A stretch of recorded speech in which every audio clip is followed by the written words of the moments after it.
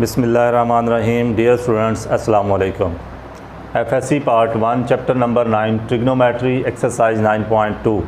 आज के टॉपिक्स हैं जनरल एंगल और coterminal angle and angle in standard position. General angle और को टर्मिनल एंगल, इसकी डेफिनेशन देखें। The angles having same initial and terminal sides are called coterminal angles. ऐसे angle जिनकी initial and terminal side same हो वो को terminal angles कहते हैं, उनको को टर्मिनल एंगल्स कहते हैं। अब वो एंगल दो या दो से ज़्यादा हो सकते हैं। For example 30 degree, 390 degree, 750 degree, -330 degree and -690 degree. These are called coterminal angles. इनको समझने के लिए ज़रा यहाँ पे हम लेते हैं 0 degree, 90 degree, 180 degree, 270 degree and again one complete revolution in anti clockwise direction होती है 360 डिग्री के इक्वल। अब ये हमारे पास एक हम लेते हैं टर्मिनल रे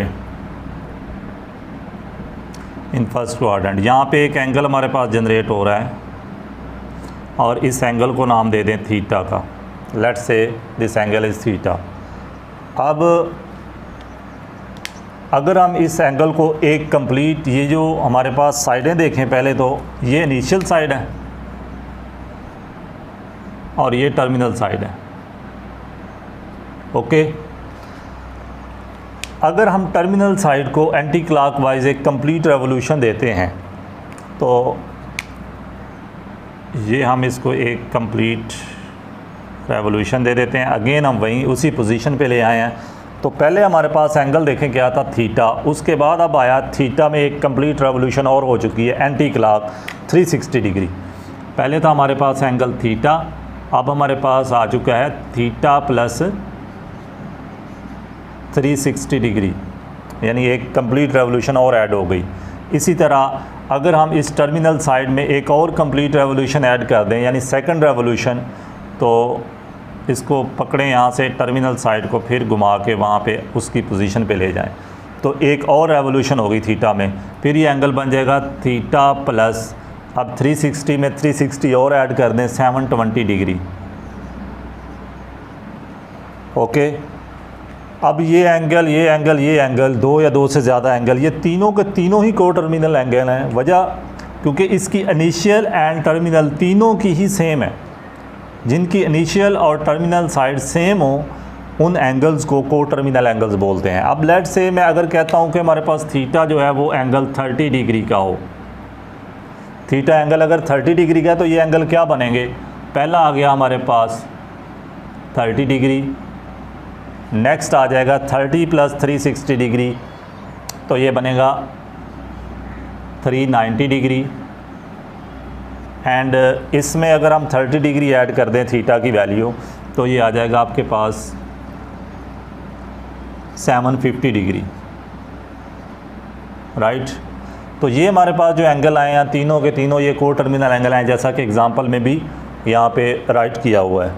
ओके, ये तो था एंटी क्लॉकवाइज में। अगर हम क्लॉकवाइज की बात करें तो ये 0 डिग्री, 90 डिग्री यहाँ पे 180 डिग्री, यहाँ पे 270 डिग्री और यहाँ पे एक कंप्लीट रेवोल्यूशन एंटी क्लॉक में होती है 360 डिग्री के इक्वल।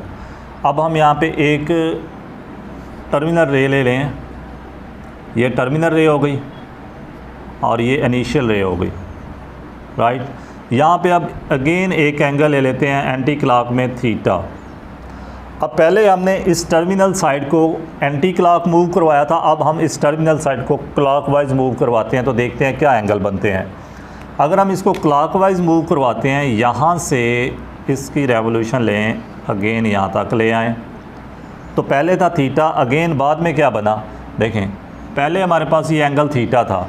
अब जब हमने एक कंप्लीट क्लॉकवाइज रेवोल्यूशन दी है तो क्लॉकवाइज में एक कंप्लीट रेवोल्यूशन -360 डिग्री के इक्वल होगी, तो थीटा में कर लें -360 डिग्री। ओके, अगर हम इसको एक और रेवोल्यूशन दे देते हैं क्लॉकवाइज डायरेक्शन में, तो देखें क्या बनेगा। इसको यहाँ से अगेन एक क्लॉकवाइज हमने सेकंड रेवोल्यूशन भी दे दी, तो ये बनेगा थीटा माइनस, इसमें -360 में -360 और ऐड किया तो ये बनेगा -720 डिग्री। अब लेट्स सपोज अगर हमारे पास यहाँ भी थीटा 30 डिग्री है तो ये एंगल्स क्या आ जाएंगे।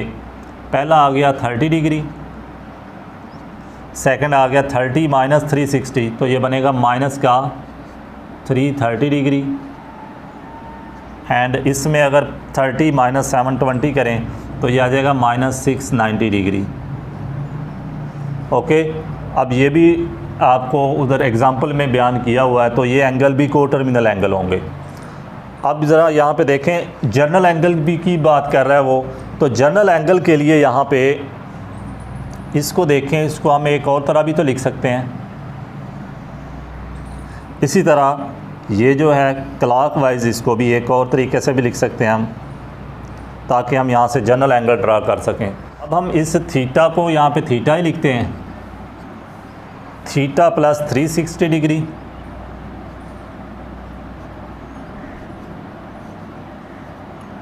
ये एक रेवोल्यूशन है, वन रेवोल्यूशन।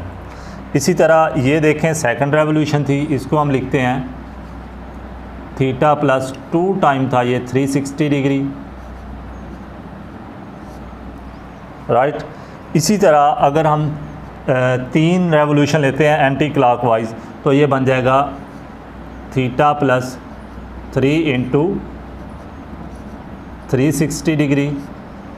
तो ये जितनी रेवोल्यूशन हम बढ़ाते रहेंगे उतना यहाँ पे 360 डिग्री बढ़ता रहेगा एंगल, राइट। अगर हम n टाइम ले जाएं इन रेवोल्यूशंस को एंटी क्लॉक में तो यहाँ पे n आ जाएगा, तो ये बनेगा आपके पास theta plus n into 360 degree, where n belongs to z। Okay, तो ये है जी हमारे पास जनरल एंगल, जो कि उसने को टर्मिनल एंगल को जनरल एंगल भी बोला हुआ है, तो यहाँ से ये जनरल एंगल भी ड्रा हो सकता है। सिमिलरली इधर देखें, यहाँ पे भी पहला हमारे पास थीटा है, अगेन है थीटा, यहाँ पे आप क्लॉकवाइज रेवोल्यूशन है, उधर एंटी क्लॉक थी, यहाँ पे क्लॉकवाइज है, तो यहाँ पे हम -1 कर देते हैं, एंगल को रख लेते हैं 360 डिग्री।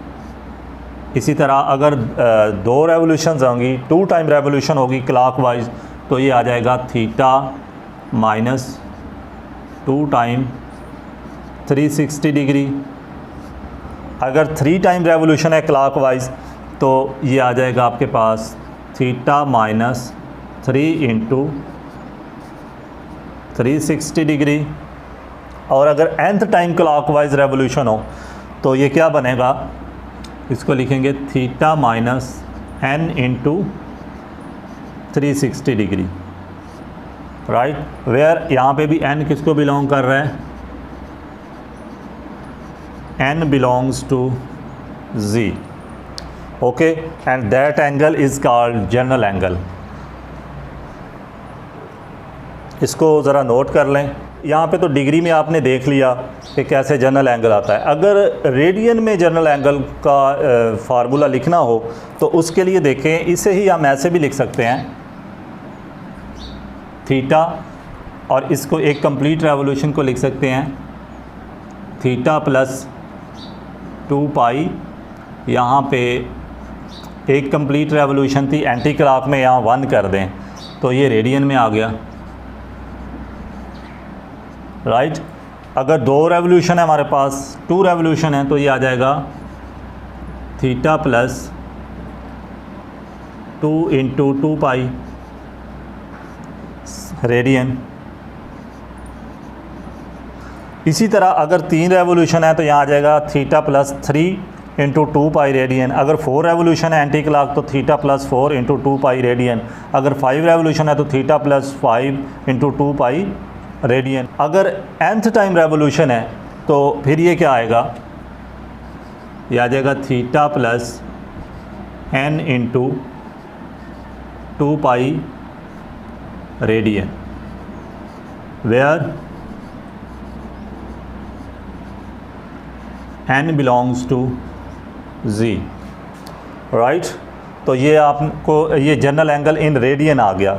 इसी तरह ये एंटी क्लॉक में था। अगर क्लॉकवाइज की बात करें तो क्लॉकवाइज में देखें क्या आएगा।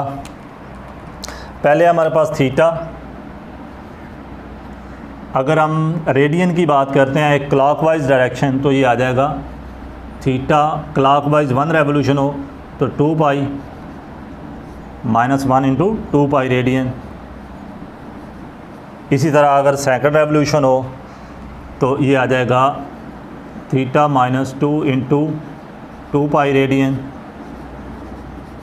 राइट। अगर हम 3 रेवोल्यूशन ले रहे हैं तो थीटा -3 इंटू 2 पाई रेडियन। अगर 4 रेवोल्यूशन ले रहे हैं तो थीटा -4 इंटू 2 पाई रेडियन। अगर nth रेवोल्यूशन ले रहे हैं तो ये आ जाएगा theta -n into 2 pi radian. तो ये एंगल बनेगा theta -n into 2 pi radian, where n belongs to z, ठीक है जी। तो ये हमारे पास जनरल एंगल का फार्मूला भी ड्रा हो गया। ये वाला जनरल एंगल का फार्मूला है और ये वाला भी जनरल एंगल का फार्मूला है इन रेडियन। डिग्री में पहले हमने मेजर किया था और ये आपके पास रेडियन में आ गया, तो इसको आप नोट कर लें। नेक्स्ट डेफिनेशन है standard angle. In rectangular coordinate system an angle is said to be in standard position if its vertex lies at origin and initial ray along positive x axis. तो ऐसे तमाम angle जिनका vertex origin के ऊपर होगा और उनकी initial रे जो है पॉजिटिव एक्स एक्सिस के ऊपर लाई कर रही होगी वो स्टैंडर्ड एंगल कहलाएंगे। अब ज़रा ये रेक्टेंगुलर कोऑर्डिनेट सिस्टम बनाए गए हैं। यहाँ पे देखें, इसमें ये इसकी initial side positive x axis के ऊपर है और ये टर्मिनल साइड है, ये इनिशियल साइड है। इनका जो वर्टेक्स है वो ओरिजिन के ऊपर बन रहा है। तो ये एंगल जो 30 का लेट किया हमने, ये दोनों कंडीशंस पूरी कर रहा है। वर्टेक्स ओरिजिन के ऊपर है, इनिशियल पॉजिटिव एक्स एक्सिस के ऊपर है, तो ये स्टैंडर्ड एंगल होगा। इसी तरह एक 70 डिग्री एंगल बनाया, ये इनिशियल रे होगी पॉजिटिव एक्स एक्सिस के ऊपर, ये टर्मिनल रे होगी और इनका जो वर्टेक्स है एंगल 70 डिग्री का वो ओरिजिन के ऊपर है, तो ये भी स्टैंडर्ड एंगल होगा। इसी तरह ये 120 डिग्री का एंगल है, इसकी भी इनिशियल रे पॉजिटिव एक्स एक्सिस के ऊपर है रेक्टेंगुलर कोऑर्डिनेट सिस्टम के, एंड ये टर्मिनल ये इनिशियल का जो वर्टेक्स है वो ओरिजिन के ऊपर है, तो 120 डिग्री भी स्टैंडर्ड एंगल होगा। इसी तरह 210 डिग्री लिया है हमने, ये इसकी इनिशियल पॉजिटिव एक्स एक्सिस के ऊपर है और टर्मिनल और इनिशियल का जो वर्टेक्स है वो ओरिजिन के ऊपर है, तो ये भी स्टैंडर्ड एंगल होगा। अब नेक्स्ट रेक्टेंगुलर कोऑर्डिनेट सिस्टम देखें।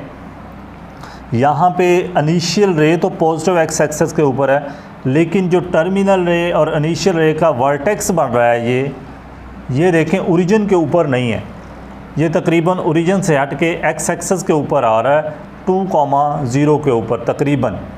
तो ये जो भी एंगल बनेगा ये स्टैंडर्ड एंगल नहीं होगा, क्योंकि इनिशियल रे तो पॉजिटिव एक्स एक्सिस के ऊपर है लेकिन ओरिजिन जो उसका है वो वर्टेक्स के ऊपर नहीं है, इसलिए ये स्टैंडर्ड एंगल नहीं होगा। सिमिलरली इसको देखें, इसकी इनिशियल रे जो है वो वाई एक्सिस के ऊपर है ना कि पॉजिटिव एक्स एक्सिस के ऊपर है, तो पहली कंडीशन की वजह से ये जो भी एंगल बनेगा ये स्टैंडर्ड एंगल नहीं होगा। तो ये भी स्टैंडर्ड एंगल नहीं होगा, ये स्टैंडर्ड एंगल नहीं होगा। स्टैंडर्ड एंगल्स ये बन रहे हैं ऊपर वाले, यानी 30 डिग्री ये स्टैंडर्ड एंगल है, इसी तरह 70 डिग्री स्टैंडर्ड एंगल है, 120 डिग्री स्टैंडर्ड एंगल है, 210 डिग्री स्टैंडर्ड एंगल है, एंड सेम इस तरह के और भी जो इन कंडीशंस को फुलफ़िल करेंगे जिनका इनिशियल पॉजिटिव एक्स एक्सिस के ऊपर और वर्टेक्स ओरिजिन के ऊपर होगा वो स्टैंडर्ड एंगल होंगे। तो ये स्टैंडर्ड एंगल हैं। आज का लेक्चर हुआ कंप्लीट। नेक्स्ट लेक्चर तक के लिए दें इजाज़त। अल्लाह हाफिज़।